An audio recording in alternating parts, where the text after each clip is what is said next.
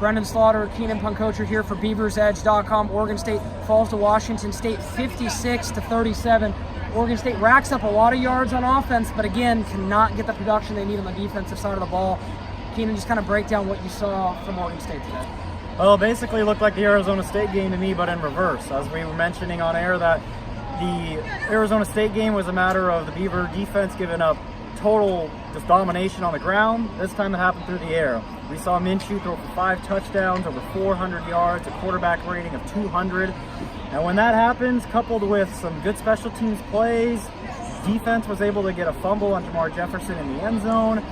It's going to be tough to win, and unfortunately the only Beaver turnover was really costly for the Beavers, as that was the Jamar Jefferson fumble, which resulted in the touchback. And then that defense, just as attrition sets in, 4 quarters, that fourth quarter, as we saw, Washington State was able to score 21 points, and that was a big difference maker. Defense for the third straight week really ends up being the Achilles heel for this Oregon State team, allowing a lot of points to Arizona, a lot of points and a lot of yards to Arizona State, now a lot of points and a lot of yards in an unconventional way, going with the passing game with Gardner Minshew. Again, Minshew comes in leading the nation in passing yards per game, was 8th in touchdowns. He throws for 5, perfect quarterback rating. Oregon State made him uncomfortable early, but then as the game went on, they got less pressure. Mike Leach made adjustments.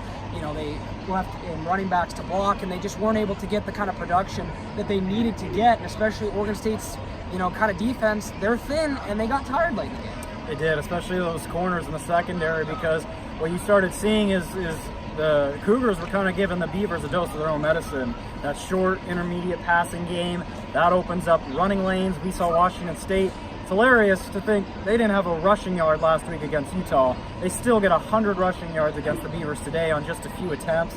So that sets in, and then of course the long ball, of course, as well. We saw Minshew throw several deep long balls, including a perfect pass in which the receiver was able to shove off Caleb Hayes for a touchdown late. So there was just a lot of matchups that were good initially.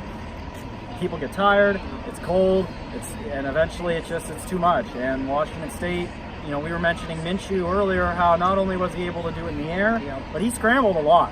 He really got around outside of the pocket. He was able to scramble. He was mobile. Washington State has a pretty serious threat with him. He's a good weapon. Minshew, the graduate transfer. Flipping over to the other side, a couple things to keep an eye on. Jamar Jefferson obviously finishes with the 4 touchdowns tonight. Kid's going to be a stud. There's really no way to argue that either way. Artavis Pierce, a little rusty in his return, going to be back. But the good news for Oregon State is now they have this bye week. They can get healthy. There's some guys that are on the cusp of returning, guys like David Morris, Jeremy Reichter, maybe Omar Hicks-O'New, Jake Luton presumably should be back.